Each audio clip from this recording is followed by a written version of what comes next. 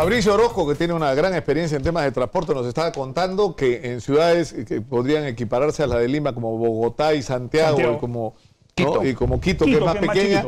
En Quito hay 2 terminales, en Bogotá hay 3. 3 terminales en Bogotá. No hay Bogotá. más. ¿Acá cuántos hay? Acá en Lima cada empresa tiene su terminal. O sea, tenemos 3 terminales grandes. ¿Ya? Tienes el terminal, el terminal Plaza Norte, tienes el terminal en San Juan de Miraflores y tienes un terminal, el que está en que va hacia la carretera central, que es el de AT Vitante.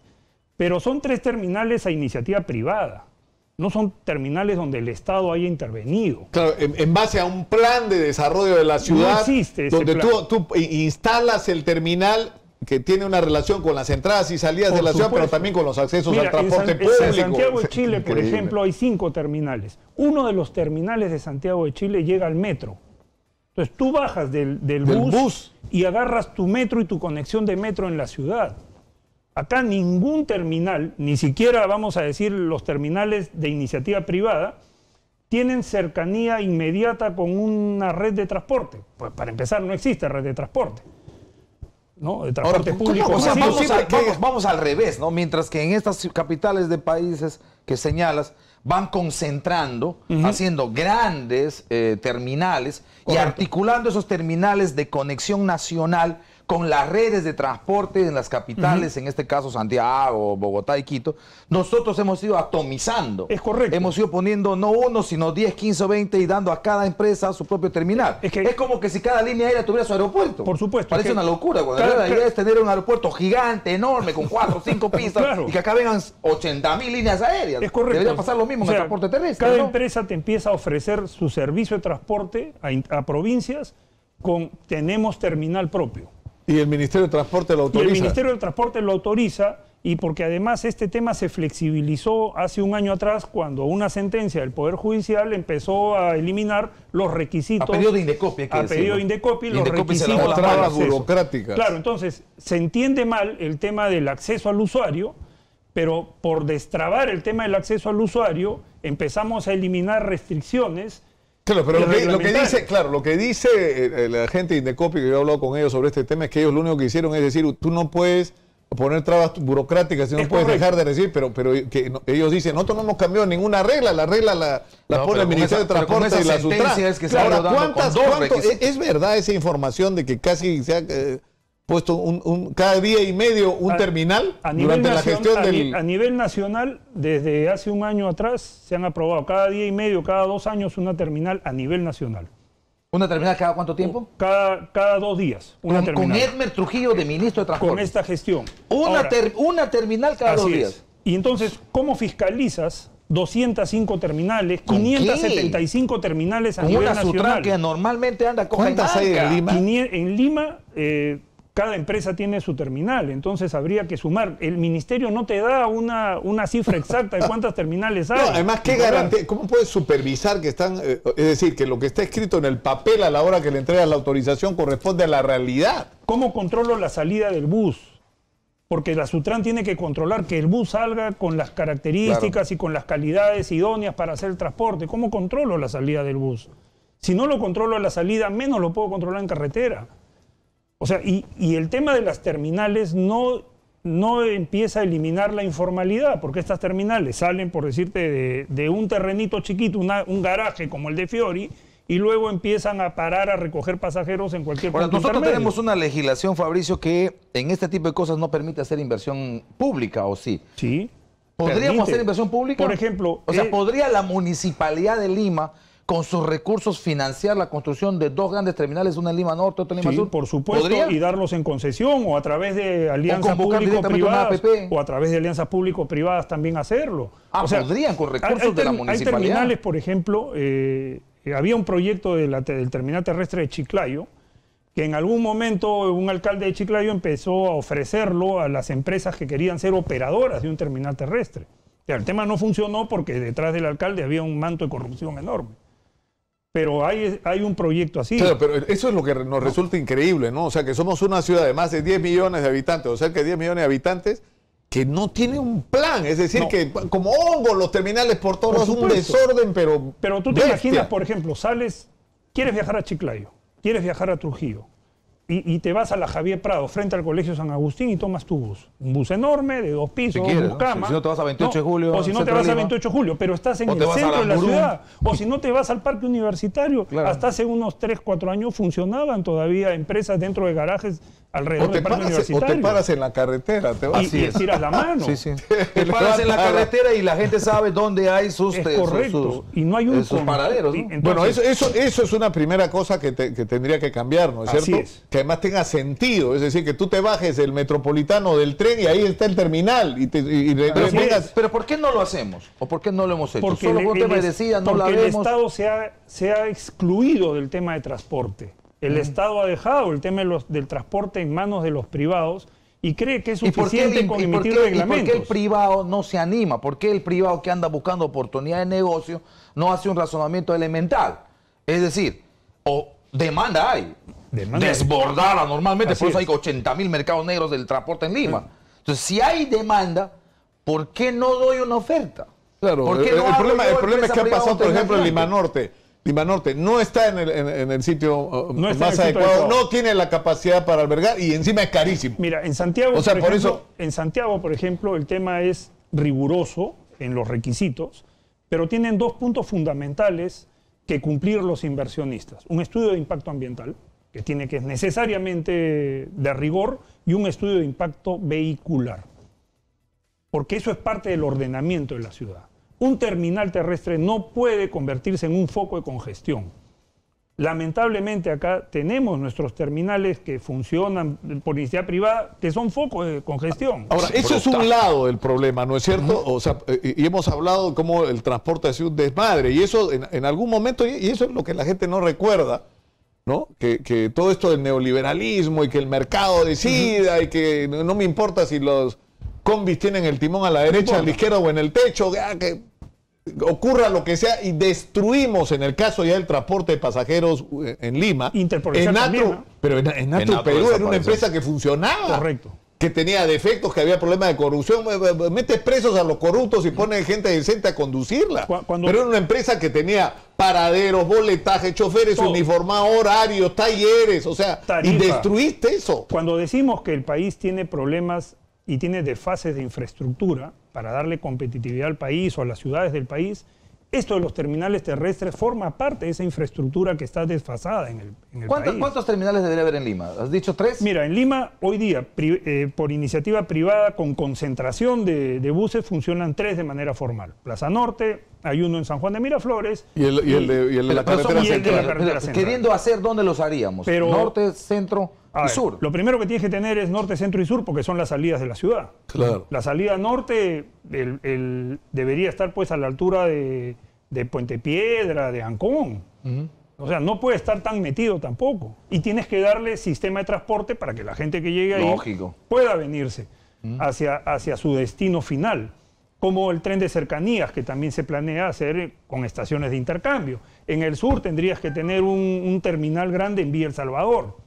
Y uno al este, ¿no? Por y uno al este que tendría que ser pues en Chaclacay o en Chosica. Claro, y a esos terminales les articulas a tu red, en este caso, de transporte en Lima. A tu red de transporte y a tu red periférica vial. Claro, pero ahí entras al otro problema, que es que ya haces los terminales donde deberías hacerlo, con las características que deberías tenerlo, pero deberían estar asociados a un sistema de transporte de pasajeros que no existe, pues. Es correcto. Que no existe. O sea, ¿cuál es la situación del transporte de pasajeros en Lima en este momento en términos reales? Caótica. Pero hemos querido arreglar con la autoridad del transporte único y no hay la ATU, por ejemplo, la ATU no tiene una varita mágica. La ATU va a integrar los sistemas de transporte. ¿Pero cuándo? Además ya estamos en abril. Y debió haber empezado el 1 de abril y ya estamos 9 de abril y no tenemos ni presidente de directorio ejecutivo de la ATU. Eso debería responder Muñoz ahora mismo. Entonces, el alcalde hace esfuerzos, entiendo yo, pero el tema de transporte ya no lo tiene. Él lo tiene que transferir, al igual que el alcalde del Callao. Entonces, ¿qué le queda al alcalde de Lima? Hacer planificación de la ciudad, hacer planificación del uso de la ciudad. Pero en términos de números, la mayor parte de pasajeros se siguen transportando en los peores sistemas de transporte, ¿no es cierto? Por supuesto. Es que, mira, ¿qué porcentaje cubren el metro y el metropolitano en este momento? El metropolitano cubre más o menos el 10% de la demanda de Lima. y el tren, la línea 1, debe estar también por ahí en 10%, en otro 10%. El otro 80% de la demanda de Lima se mueve en todo lo que vemos. En los chosicanos. En los chosicanos, en los taxis colectivos. ¿Y los corredores? ¿No?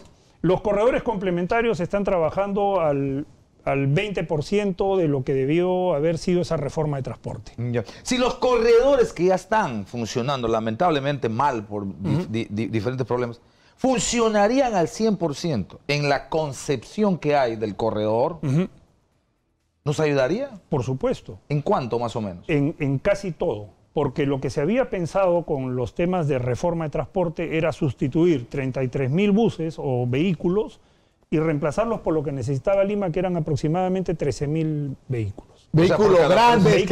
Por cada 3 que están andando, pones uno. Y ahí lo primero que tienes es una descongestión. Para empezar, descongestionas y empiezas a volver más fluido el tránsito. Claro, le das alternativa a la gente. Descongestiones y además le quitas esa lógica de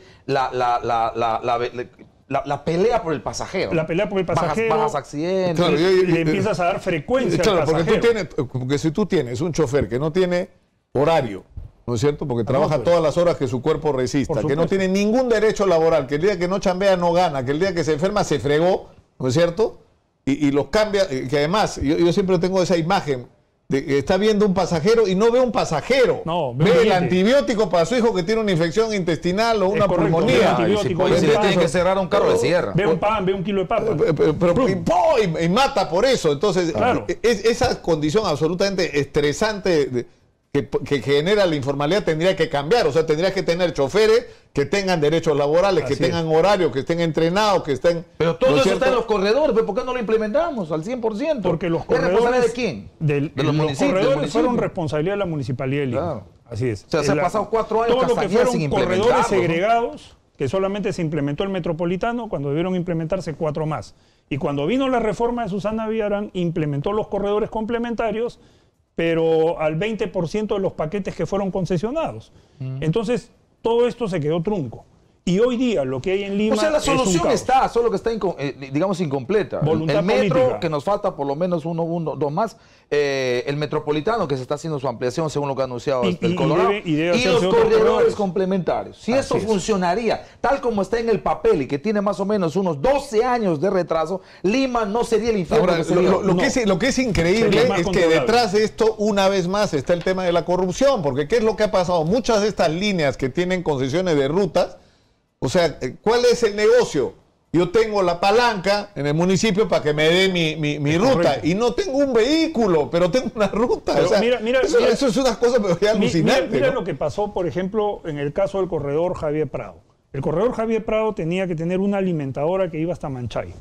Pero eso afectaba y teníamos que retirar las empresas que venían desde el Callao, que hacen todo su recorrido del Callao y hacen todo su recorrido hasta Manchay. Entonces, las empresas del Callao contrataron matones y los matones del Callao se fueron a Manchay, levantaron toda la protesta y el gobierno municipal débil, para no ganarse el lío social, ¿qué dijo? Suprimo esa ruta de alimentación que viene de Manchay hacia el corredor Javier Prado. Y eso lo hizo Castañeda al inicio de su última gestión. Ya desvirtúas el proyecto. Entonces ahí empiezas a desvirtuar todo el sistema. Entonces, si no tienes autoridad y si no tienes voluntad política, yo de verdad saludo que hoy día se presente un plan de terminales terrestres. Ojalá. Ojalá que eso se pueda llegar a buen puerto. Y de todo el tránsito de Lima, ¿no? Que esté articulado. Ojalá. Porque, claro, y además eso se asocia a otros problemas, ¿no es cierto? Que es el bendito asunto de la semaforización. A mí nadie me saca de la cabeza que en algún momento comprar semáforos en los municipios fue un gran negocio donde había comisiones. Ese es el gran negocio. Porque se compraron semáforos por todos lados en los lugares más absurdos y además que no están estandarizados, los de un distrito no tienen nada que ver con el de al lado.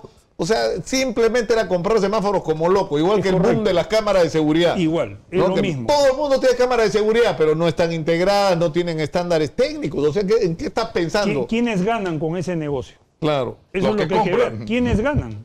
Los que compran y los que venden. Claro. Porque el ciudadano no ha ganado. No los han ordenado. En el corredor azul se va a empezar ya a pagar con tarjeta, ¿no? En 10 días. Ojalá. Eso es. Ojalá. Pero ¿cómo se va a manejar la rebelión? ¿El corredor va a servir para el metropolitano y para el tren? ¿Servirá? ¿Se va a articular? Debería buscarse la integración de la misma tarjeta. Debería, ¿no? La misma tarjeta podría servir, no para integrar tarifa, pero sí para integrar medio de pago. Yo hablé en algún momento con la gente que administraba, que es una compañía mexicana que administra lo del metro. Es correcto. Entonces decían que la única manera de integrar el sistema de cobranza era hacer una adenda. Y no, hermanito, no queremos más adenda. No quieren, porque saben que las adendas cuestan, no, pues. pero, o sea, escúchame. No, es cierto que hay que hacerlo. El problema es que, digamos, normalmente, ¿qué han significado las adendas en el Perú? La manera como el político que entra saca billete. Lo que pasa es que, a ver... Como no mordió en el contrato porque se firmó tiene antes, que morder por el otro muerde lado. con la adenda, ¿no es cierto? Pero es que así ha sido, es una pesadilla. Es una pesadilla, sí, es un círculo vicioso en el que estamos metidos. Es hora de irnos a ese infierno.